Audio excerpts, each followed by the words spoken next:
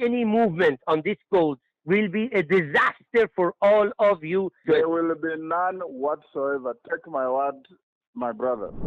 From your sentiments, what clearly I'm getting is the fact that Wetangula is not a competent chair. I would say he's what do you call it? He's too egocentric, and everything should revolve around him. He's not consultative. Even when you advise him a clear thing, he will not follow it until he hits a brick wall. It's when he says, "Oh yes, you told me." But you still insist you're the official SG. Yeah, I am. You're the official SG. I am the official SG. The suspension does not count. No, it's not there. It's not there. If there was such a suspension, the registrar of political parties would have said, yes, he's suspended. But she has not. This animal we keep on calling Luhya unity is neither here nor there. The Luhyas are united. It's the leaders who are not united.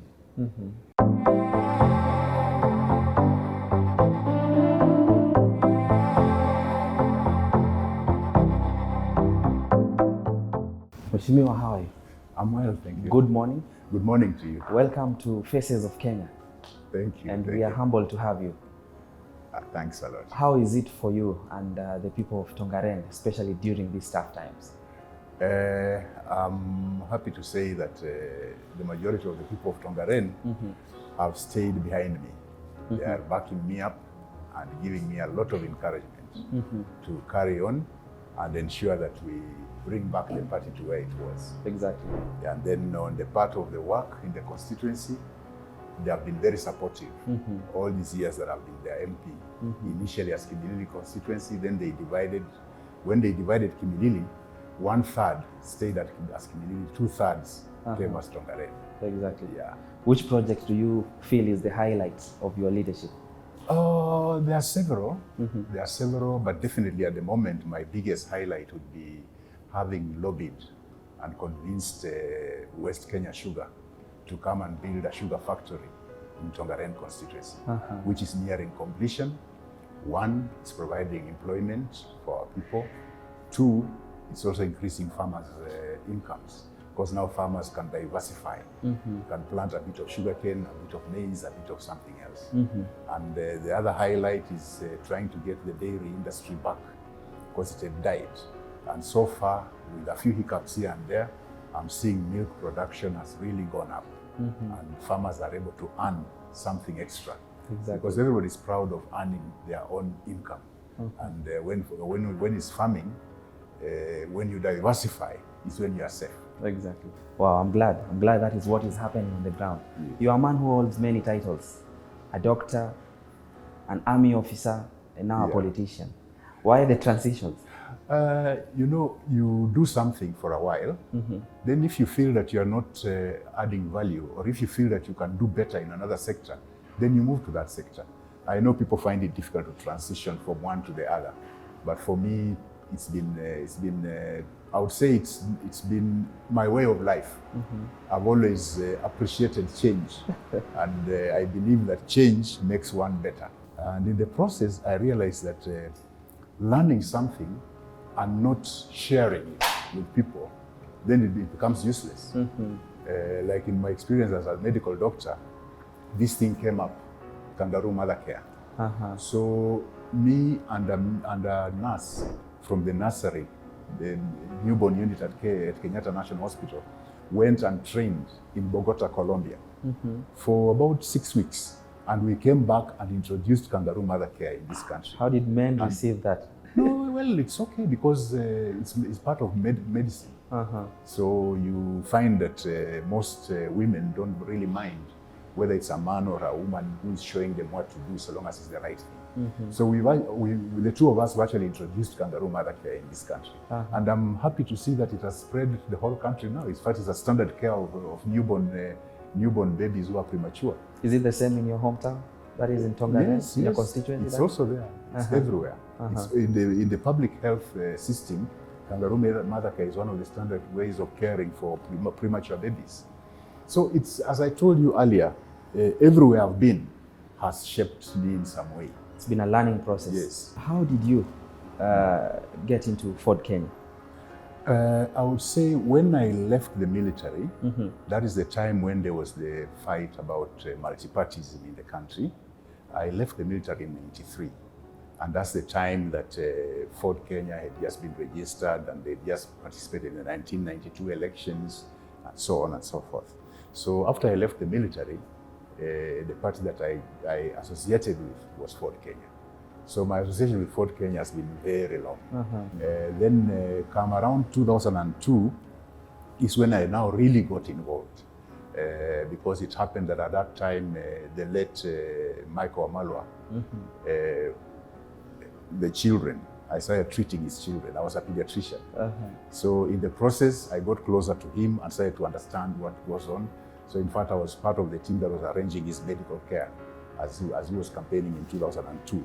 And after that, I really got into now really active politics. Yeah. And come 2007, I said it's time for me to. Let me try see if I can fish something. Yes. And sure you did. Yes. Something is ongoing in Ford Kenya. What is rocking the boat?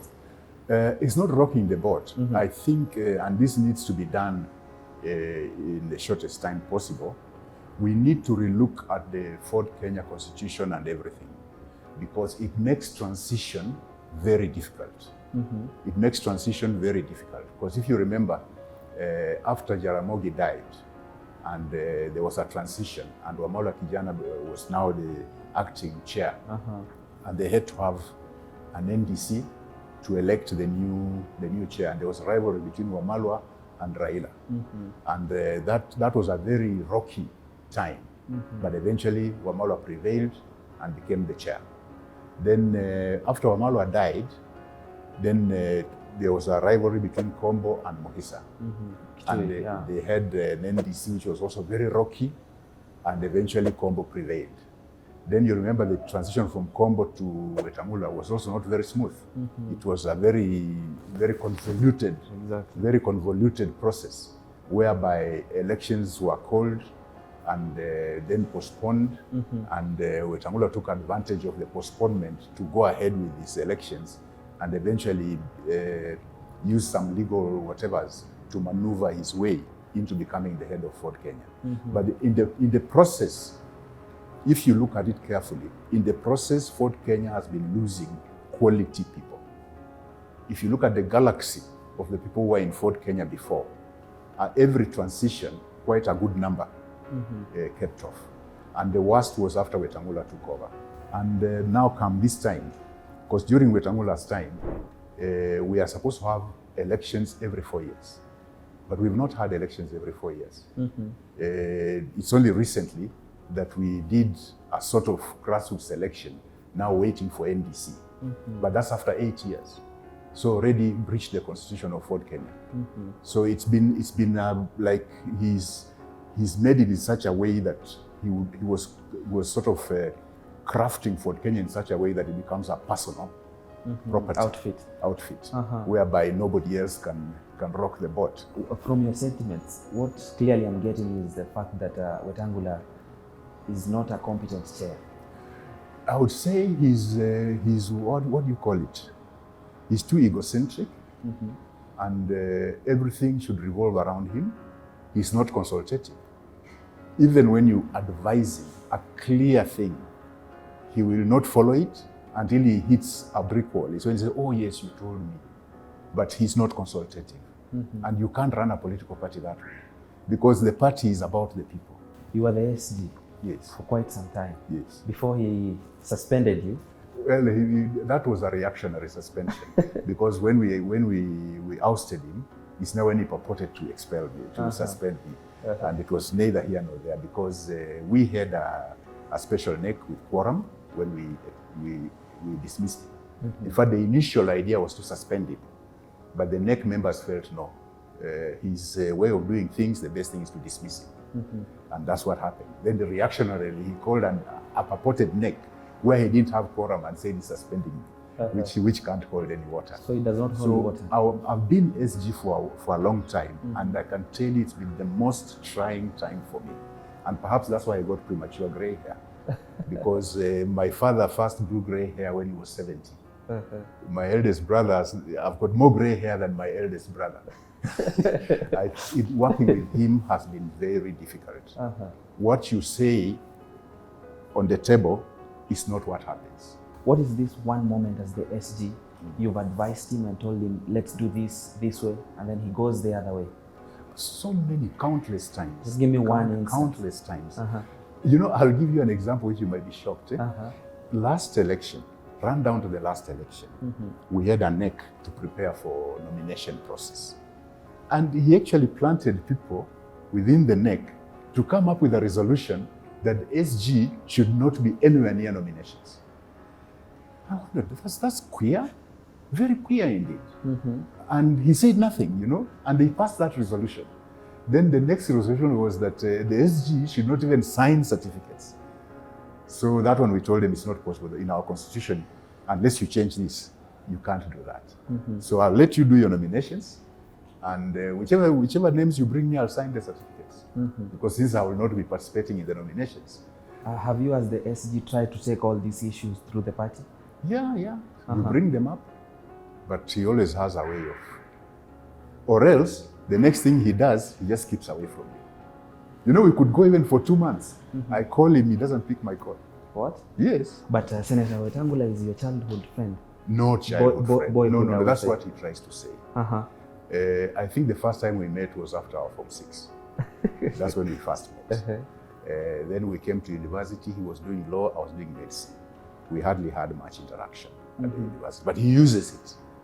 He likes using that. You know, he's very interesting. He uses that because he feels that will make me, you know, tone it down a bit. Yeah. But it's not entirely true. Yeah. The other things I've mentioned, one of the complaints was his reputation. His reputation was bringing the party into disrepute, in the sense that he has, as one of them said, he was staggering from scandal to scandal, scandal to scandal. And in the process, it reflects on the party. Was the gold scam part of it? Any movement on this gold will be a disaster for all of you. There will be none whatsoever. Take my word, my brother. The Tokyo thing was part of it. The Turkana land was part of it. There's some other land that belonged to Mumias Sugar, somewhere in Nasewa, was part of it. And many, many other things. By the way, even the craziest one is the Integrity Center. Yeah. Exactly. You know, if somebody can compromise up to the Integrity Center, then you can guess what sort of person that is.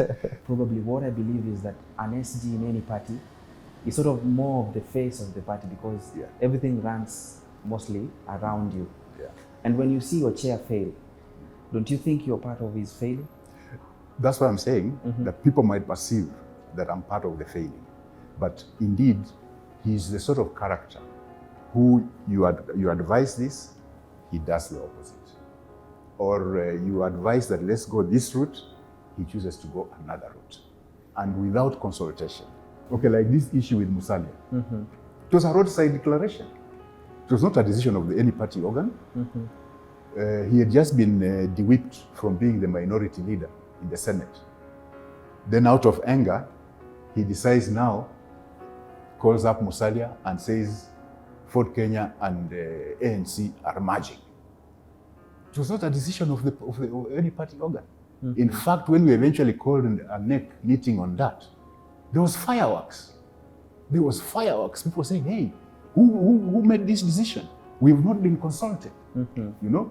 There were some whispers that probably the likes of ODM will be using you to scuttle the plans of Fort Kenya. Right now, they have to see enemies in every corner. Why do you say so? No, because they have to find a reason to justify why we are doing what we are doing. They have to imply that we are so brainless that we can't think and do anything unless it's from external. You see, that's the kind of demeaning attitude that he has, because he seems to think that the NEC members, the members of the National Executive Council, are brainless. They cannot do anything unless they have been directed by somebody to do it. Those complaints were from the NEC members. Yes. So what I'm trying to say is There is nothing like external interference. It's just in-house clinic. It's in-house completely. Uh-huh. Yeah. Let me ask you. This is supposed to be one of the senior most politicians from Western. Ask yourself. They were in cabinet with Oparanya. After the 2013 elections, when we now went devolution, they still remained friends. Oparanya then was governor of Kakamega. By the time we went to the by-election for the Senate in Bungoma, Oparanya even supported him to help him get to win back his seat. How did he fall out with Oparanya? Mm-hmm. After 2013, Fort Kenya only had one governor in Trans Nzoia. How did he fall out with the governor of Trans Nzoia? That time, the governor of Bungoma was Jubilee, Ken Lusaka. Yeah. How did he fall out with Lusaka? Mm-hmm. Now we have a governor of Bungoma who is Fort Kenya. How has he fallen out with him? Mm-hmm. Are we trying to say that these 4 governors are all wrong? He's the one who is right. Mm-hmm. There's something wrong somewhere. What appears to be common? What appears to be common here is that there were attempts to blackmail these governors into some monetary financial events that many of these governors were reluctant to get involved in. And that informed the falling out. Mm-hmm. Yeah. So what in the street is that he was trying to sort of hold you into the DP's lane? Does it hold any water? It holds water. Mm-hmm. It holds water. Mm-hmm. And that's what I was saying, lack of consultation. When we sat as a party organs, we said, let's strengthen ourselves first. Before, and you are our presidential candidate. If we find that you are not going to make it, and we need to negotiate with anybody, we sit down again and see which is the best option. Mm-hmm. You don't just make up your mind and go your way. Exactly. Yeah. In your own wisdom, what do you think needs to be done to make sure that everything is back to normal and free-flowing? One, we need to stop this how to call it, personalizing the party, like it's his personal property. Mm-hmm. We need to get rid of that. 2, we need to open it up to the people who are the original thinkers, so that Fort Kenya can regain its reform credentials. That we are a reformist party. We want the best for the country, and we should be able to bring in the best brains that we can possibly have, which was happening before, because it was a place that allowed free discourse. You come with your ideas, put it on the table. Let's look at it. Let's see how good it is. Is it good for the country? Not for you as an individual. Is it good for the country? And that's the way to go. But you still insist you're the official SG. Yeah, I am. You're the official SG. I am the official SG. The suspension does not count. No, it's not there. It's not there. If there was such a suspension, the registrar of political parties would have said, yes, he's suspended. But she has not. Exactly. Yeah. You've often said that his modus operandi is paying his way. Yeah. What does that mean? Exactly that. A message from you to the chair? To? The chair, that is Senator Moses Wetangula? No, the former party leader. My message to him is... The former party leader. My message to him is the transitions in Fort Kenya have always been difficult. This is one of the difficult transitions. He should just man up, accept it, and move on. Release the party. Over with Wetangula. Yeah. Is Luhya unity something you're passionate about? You know, this animal we keep on calling Luhya unity is neither here nor there. The Luhyas are united. It's the leaders who are not united. The Luhyas are united, but the leaders are divided. You look at it this way. From Masinde Muliro, who was looked at as the Luhya leader, did he go around beating drums of Luhya unity? When there's electoral malpractice, you know, and it follows the mantra of Luhya disunity, you know. So you first of all call them ununited, then you do electoral malpractice, and you justify it by saying that community is always divided anyway. Okay. So you give a dog a bad name and hang it. Or as they say, when the hyena wants to eat its young, it accuses them of smelling like a goat. All right, so let me ask you, who do you think is the leader in the Mulembe nation that is clearly championing for Luhya issues? I think everybody's yelling about Luhya issues. But as I said, the Luhyas will come up with a leader. You're not going to plant somebody and say, this is the leader. A leader will emerge. The leader who will show that they are championing the interests of the people. You will just see the people follow that person. I can assure you. It's not going to be a boardroom decision. No. And these people we talk about are not stupid. People are not sheep. No. They think, they see, and they know who can champion our interests here. Who is the better placed, or who is already championing our interests. Yeah, that's what happens. What do you make of the young crop of leaders that are coming up in the Mulembe nation? I'm talking the likes of Didmas Baraza, Cleophas Malala, that are really vocal. What they need to do, you know, these days we've got a lot of media hype. So one can package themselves using the media to popularize themselves. But what is it? One, what's their character? Because character is very important. Character in a politician is very important. In Swahili we say, lazima mtu awe na msimamo. You know, politics without principles is not of any use. So, character is very important. Especially the younger politicians need to know that. Number two, using media hype to build yourself when you don't have grounding. It's like walking on stilts. Anybody kicks one stilt and you're down. You're building everything on straws. Yeah, so I would like the younger politicians to know that character is built. Reputation is also built. So long as you have doubts about anybody and things like that, it becomes very difficult for this person to ground themselves firmly. So it's important that they look at that kind of thing.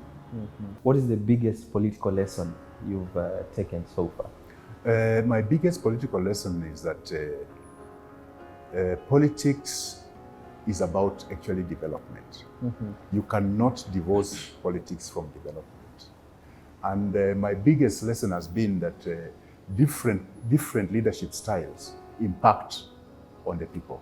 If you remember, when after the 2007 ethnic clashes, the economy took a serious hit, and they came up with economic stimulus, and it was distributed in all constituencies in the country. There was no discrimination. Now, fast forward to the recent administration, where you find that development was skewed. It was targeting certain places and neglecting certain places. It caused a lot of division, so that by the time we were doing the 2017 election, the country was virtually polarized. So leadership style does matter. And equity is very important in leadership. The last 8 years of Jubilee, is it a hit or miss? I would say that perhaps after the handshake, they are trying to right the wrongs. After the handshake? Yes, they are righting the wrongs. But before that, we had virtually gone the previous Kano way of how do you call it, tokenism, whereby you'll only get development if you clap for me very loudly. If you don't, you won't get any development. Whether you pay taxes or not, it doesn't matter.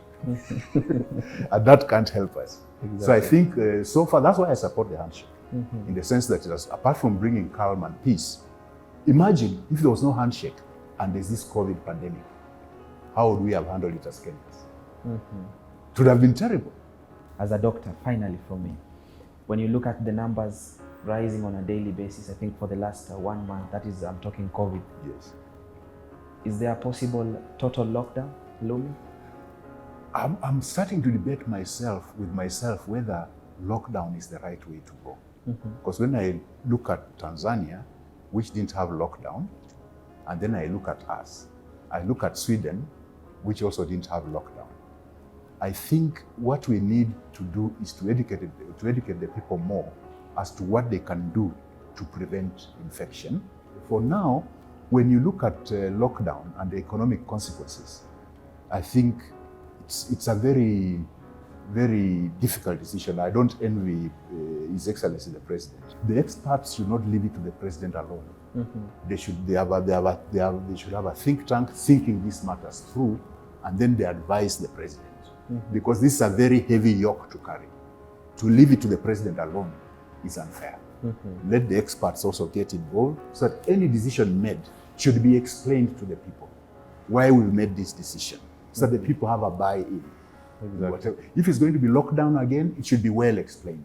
If we are not going to lock down, it should be well explained, so that people can also own it and we move forward. There are difficult times we are living in. You know, the COVID came and overshadowed the locusts. And the locusts are still there. You know, we are living in very difficult times. I think this one time, I don't envy the President. Working together as a people, forget ethnicity. You can achieve a lot. Exactly. Let's work together. So that at least Kenyans can move together, can work together. Exactly. Which as a nation is very important. If we are to develop, that's the only way to.